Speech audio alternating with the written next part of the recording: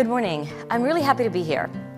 It is really important for me to tell you why I am here and how I ended up here, because I met Jerry at this wonderful roundtable that was hosted at Stanford by a group of students who have taken on the idea that they need to network all the parts of our advancing technology and political affairs community, which is very vast and broad, and bring them together under one tent. And it's a group of university presidents, student body presidents. And they brought us together at Stanford, and we had a roundtable where I got to meet entrepreneurs and innovators from across Silicon Valley and the academic sector on the West Coast. And Jerry was there. She told me all about Zen's Foundation. And we talked a lot about how to bring closer our innovators, entrepreneurs, scientists doing cutting-edge researchers, together with Washington, D.C. And this is something that we talk a lot about back home, or at least my circle talks a lot about, because we feel that a lot of the answers to a lot of the global challenges that we're facing are probably out there. We're very close to getting them. But sometimes these two communities don't come together as often as they should. And so Jerry and I had conversations about how to bring together solutions with needs, how to get the community of innovators and entrepreneurs to know what we consider are some pressing needs, and for us to better understand the great work that you are doing. And so the reason I am here is because Jerry and I are determined to bring these two communities closer and to try to bridge that gap and figure out how we can really come together to solve these problems. Granted, these problems are not going to be solved by any one group, any one country, and that's what I came here to talk to you about, a little bit of the work I do for the State Department. So I am the Acting Science and Technology Advisor.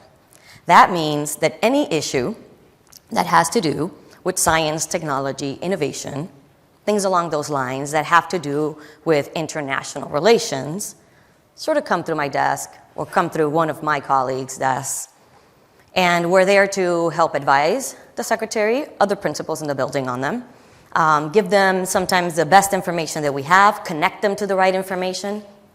The theory is that a lot of policymakers have political science backgrounds, law backgrounds, but they have to make decisions about a lot of things that have a lot to do with science, technology, innovation, especially international affairs. And my shop serves that role. Together with a broader community. We have a lot of scientists at the State Department, actually. You'd be surprised to know. I'm not the only one. I have a team of 12, but we also have them embedded in what we call regional bureaus, and we have them embedded also in some of the functional areas where they deal with health issues, bioweapons, you name it. And so our community's job is to make these tools available to our leadership so they can make better decisions as they are working with the rest of the world to promote peace, stability, prosperity, the things that the State Department, any foreign ministry is in charge of, working with the rest of the world. So think, here we go, back, okay, here we go. Think Iran deal. So Secretary Kerry led that group, but to his left is who? Ernie Moniz. Yeah, so our Secretary of Energy, Ernie Moniz, was critical to those negotiations. A lot of what was talked about was political, but a lot of what was talked about was levels of radiation and centrifuges and what to do with scientific facilities, et cetera. And so this, to me, represents an excellent, very recent example that's been in the headlines quite a bit about, an example where you see science advisors having a very specific role on an important geopolitical event where they were advising directly on major decisions that are in play right now. I was asked to tell you a little bit about my background because I know there's some students here, some postdocs, some graduate students, and people wanted to know how I went from Brandeis, developmental neuro, killing baby rats every Wednesday, extracting all the enteric and sympathetic neurons and studying the signals that cause the enteric and sympathetic maturation of those neurons and running microchips and all that good stuff. You guys reintroduced me to all that yesterday at the poster session. It was great. How I made it from there to here. And so the answer to that question is I felt that I wanted to use my scientific background in a different way. And I'm saying that very purposely and intentionally because this isn't an alternate science career. I am a scientist doing a policy job. And so I wanted to influence the decision making because I felt that some better decisions could be made. And I decided to stop complaining about it in the lab and figure out how I could get involved. In 2006, I did the AAAS, the Publishers of Science and Technology Policy Fellowship, which brought me to DC. At that time, I matched with the State Department. They do sort of a matching process. And I was involved in Muslim world outreach through STEM curriculum development with countries in the Middle East and North Africa. From there, I was recruited to be the Science and Environment Advisor for Latin America Caribbean Affairs, where I worked on implementing President Obama's Energy and Climate Partnership of the Americas.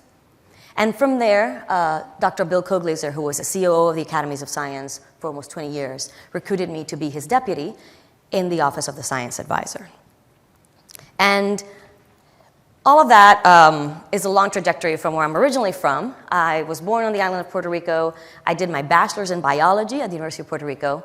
And one very beautiful thing that has happened as a result of my trajectory at the State Department is that not only am I able to impact science policy, but I've also had the privilege of somehow being anointed by the Hispanic community as a woman in science, as a leader, and I've gotten to speak to amazing groups and to see a young girl from rural Arizona crying in the corner because she's always wanted to go into coding and gaming and had never seen anybody that looked like her do anything remotely close to science and technology can really change your life. Okay? So what do? Science diplomacy, that's what we call it. We call our team science diplomats.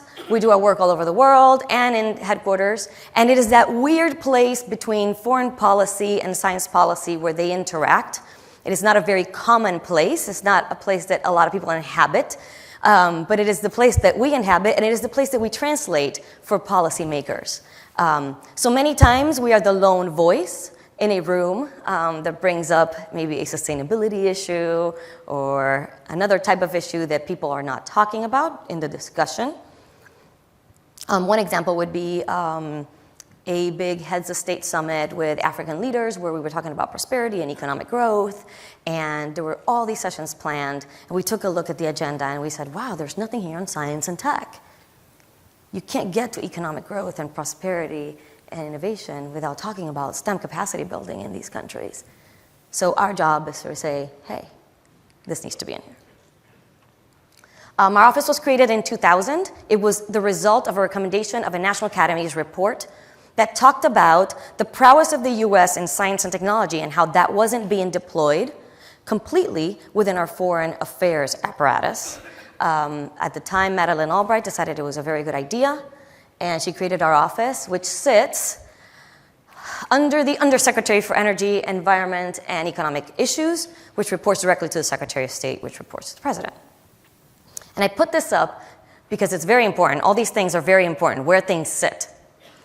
And you might think, well, that's 2 levels under the Secretary of State. But it is also in a place where it is protected from political changes in the winds, okay? And so since we are at that level, we were placed there purposely so that it would be unbiased scientific advice and not political. And the science advisor is a technical appointment, not a political appointment, and it straddles administrations each time. So why do we do what we do? Science helps solve problems. But it also, in the very essence of the scientific process and method, because of what we do, analysis, sharing, meritocracy, peer review, it very closely emulates a lot of the values of democratic societies. And so we know that in the process of promoting STEM capacity building, of promoting open access, of promoting unbiased scientific advice around the world, we are also promoting some of the values that we hold very dear. The third one I'm going to talk a little bit more about today, and it's engaging with non-political tools. So we have a lot of countries around the world with which we have not the best relationship, but scientists don't actually care about that much. Scientists cooperate across borders, across political divides, And science diplomacy has been an excellent asset to us in many situations, and I'm going to talk about one of those in a lot more detail. A couple of things that our office directly does is help translate emerging technology and scientific trends for our principals who are sometimes not well-versed in what is the latest and greatest out there. And the reason we do this is because it could very well change the way we do business, the way we handle our foreign affairs. So this is an example of a topic that we recently briefed our principals on. Principals is everybody above you on, and it was synthetic biology or genetic engineering and what that meant to world markets, who was investing in it.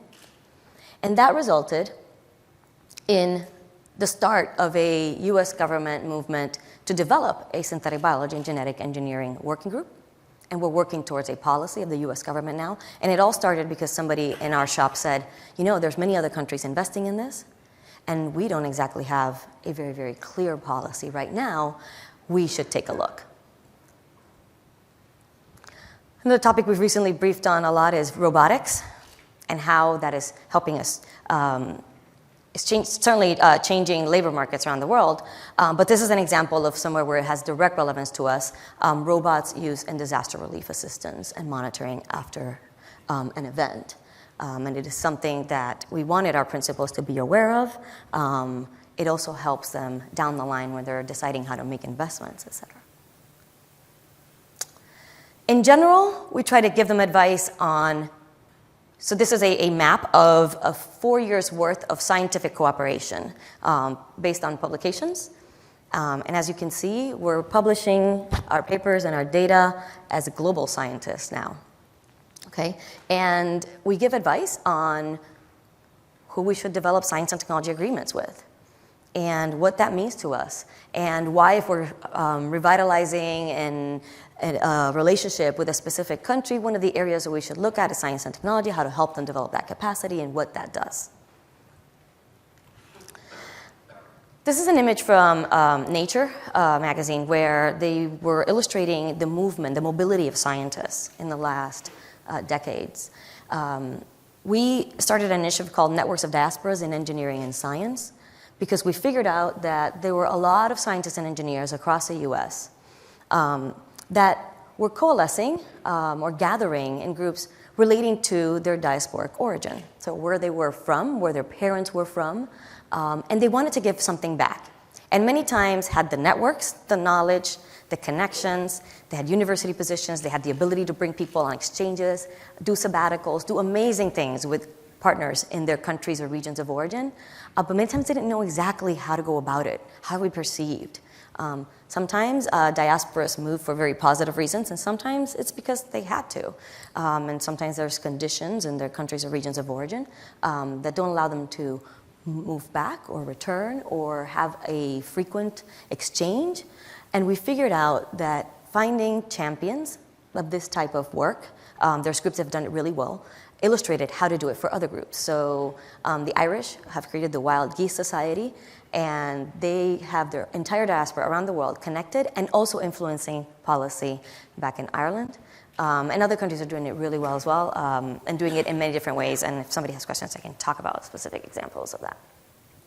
Another thing we do for the department is partner with allies. And in this case, we have developed a partner with Startup Grind. How many of you know Startup Grind? Yeah. So they have wanted to expand their efforts of doing fireside chats that encourage entrepreneurship and describe their risk-taking culture. And that is very important to us because one of the things that we see around the world is that the spirit of being willing to fail and take risks is not as common around the world as it is here. And that has many reasons. Obviously, some are policy and regulatory frameworks, but some are cultural as well. And we have wanted to figure out a way to export that, figure out a way to explain that, translate that. And Startup Grind has started expanding their efforts around the world. They're partnering with our embassies around the world to host fireside chats with local tech innovators and entrepreneurs, but also ones in the US, connecting the network more broadly. I would tell you that one of the things we get the most requests from around the world is how to develop innovation ecosystems, how to create something like a Silicon Valley in their country. 2 weeks ago, I was in Rwanda. And what was happening in Rwanda was that we partnered with Microsoft and Intel to host a science and technology summer camp for 60 African girls from across East Africa and 30 American girls. And they came together in Rwanda for 3 weeks. They learned how to program, build robots. They also learned a lot about each other. And I was visiting our project, but also giving them a talk on leadership. And it was really funny because I walked into that room and I was expecting to feel really energized with all these girls, and we're learning all these things. And of course, I did feel extremely energized, but for different reasons. One of the things that I first learned when I came in was that the first few days of the camp, the Wi-Fi was kind of spotty. And the girls had taken to Twitter immediately without telling anybody and used the hashtag YSci, which is the name of the camp, no Wi-Fi. And antennas went up the next day. And they demonstrated how fierce they were and how these 3 weeks were going to be amazing. The other thing that was really surprising to me was that most of their questions ended up being about men. And let me explain that. One of the things they wanted to know was, what is it like for you to walk into a room in Washington, D.C., where you're the only woman? Does that happen a lot? What do you do? How do I talk to my dad about doing a technology internship when the hours are going to be so grueling and I'm expected to be home culturally by sundown? How do you do those things? Okay? So this is another thing that we do, trying to promote women's advancement in science and technology around the world. And sometimes it can be quite tricky. The answers to those questions can be quite tricky, and we can talk about it. Ebola. So the recent outbreak of Ebola and the worldwide response to us was a perfect example of what countries can really do when they come together. From doctors using suits that were way too hot for the environment and having another country step in with lighter suits and just everybody really pitching in. One of the things that was very interesting for our group was that doctors really wanted to go and contribute and pitch in, but they were having a hard time figuring out, if they came down with Ebola in the process, how they were going to make it out. Because the transportation and containment units were few and far between. The ones that existed at that time were not able to contain all pathogens.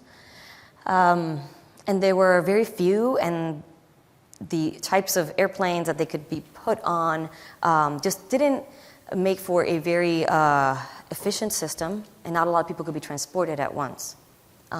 So this is something that one of the members of my team took on with a group at State Department. And most recently, in fact, last week, we launched these new transportation and containment units, which help overcome those obstacles that I just talked about. It helps you transport several people in one trip. It also spans a broader set of pathogens. And it was a big win for us. It wasn't something that we traditionally do, but we knew that this was very important in terms of our contribution, our global contribution, together with our allies to this effort.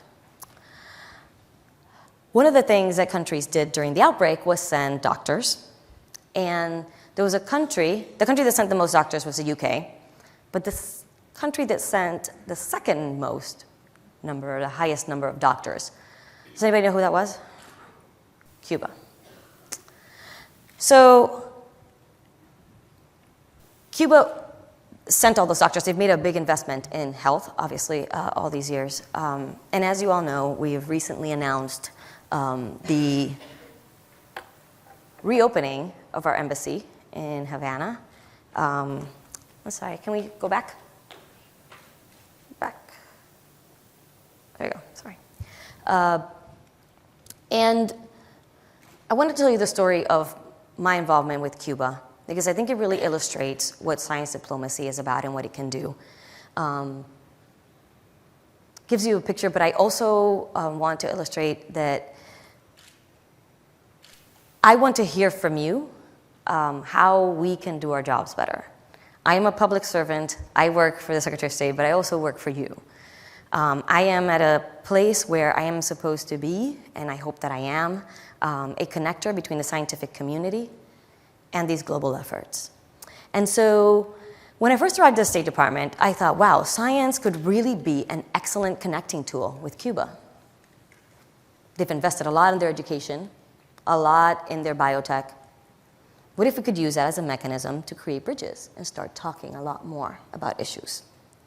And when I started at the State Department in 2006, let's just say that my idea wasn't received very well. And I had to put it aside for a while. In 2013, I attended the World Science Forum in Rio, where I saw this gentleman that looked just like Fidel Castro. I said, wow, that gentleman looks just like Fidel Castro. Commented with a colleague. He said, yes, of course, that's because he's Fidel Castro's son, Fidelito Castro. So I met him. I met him at the forum. And he said, you must come to Havana and see what we are doing in biotech. And I said, I would love to, but I think that's going to happen. But I went back home, and I developed the idea a little bit more, and I presented it. And this time, it had takers. And in April 2014, I traveled to Havana. This is before the announcement. The announcement was December 2014. I traveled to Havana with a delegation of scientists from AAAS and other. I was the only government official. I was, in fact, the first executive branch official to meet with a ministry that wasn't the foreign ministry of Cuba in 50 years. I got to talk about climate change, computer sciences, technology with the science ministry and the environment ministry.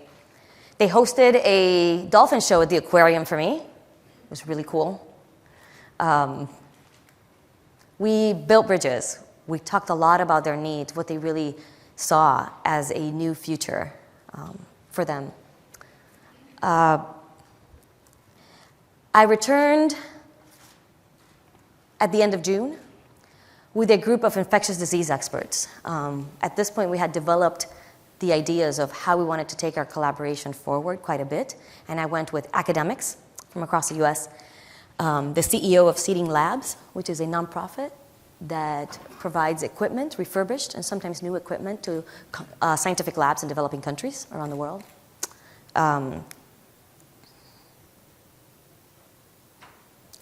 And we spent a week there discussing the areas of potential collaboration with universities, with us, with nonprofits in the US. All those things are moving forward, and it was maybe one of the most gratifying experiences I have had working at the State Department, to be able to develop this relationship with a country with whom 5 years ago we had very little conversation on any of these topics. This is a recent headline about a very aggressive new strain of HIV in Cuba that has been found in Cuba. And I put this up because one of the things that I'm undertaking now is encouraging academics, universities, folks across the scientific community to consider collaborating. Okay. Consider collaborating with Cuba, whether it's on, there we go, whether it's on age-related diseases or any of the other topics that your institutions may be looking at. They're a very capable set of scientists. They're eager to work with us, and our renewed diplomatic engagement has really paved the path now for a lot more work. We can talk about that offline a little bit more if you're interested, but it's been great. We visited labs. We are developing partnerships to figure out what they need to upgrade, some equipment, but they're doing excellent work in many areas, from solar energy to biomaterials to vaccines. Cubans have developed 8 of the 11 vaccines needed by any child. They produce in-house 70% of their own pharmaceuticals, all of the, as a result of the embargo and the many years that they had to figure out a way to do this.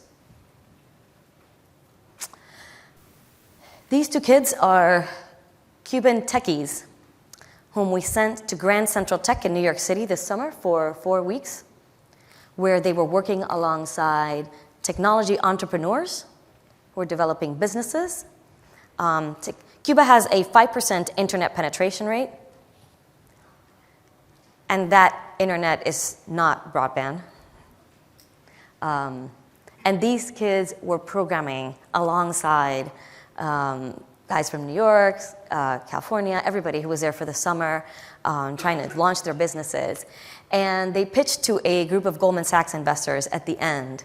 Not a specific business, because they had been working alongside other folks, but they pitched their idea of what they saw as a future for Cuba. And what they said was, we want others to have this experience as well. We were here to learn how we can help solve problems in Cuba for Cuba. There was a lot of crying in that room that night. I have to tell you, it's been a real privilege to spend some time here. I will be here until tomorrow morning. I want to meet you. I want to hear about the amazing research we're doing. I'm judging the posters, so I can be bribed. This is a painting by some of the girls in Rwanda working together. They worked in teams, American and African girls. And this was the first week. They wanted them to express their thoughts about what was happening at the camp and what they felt and their outlook for their future. And this one really stuck with me as an excellent representation of why we do what we do. Thank you very much. It's a pleasure to be here, and I hope to talk to you.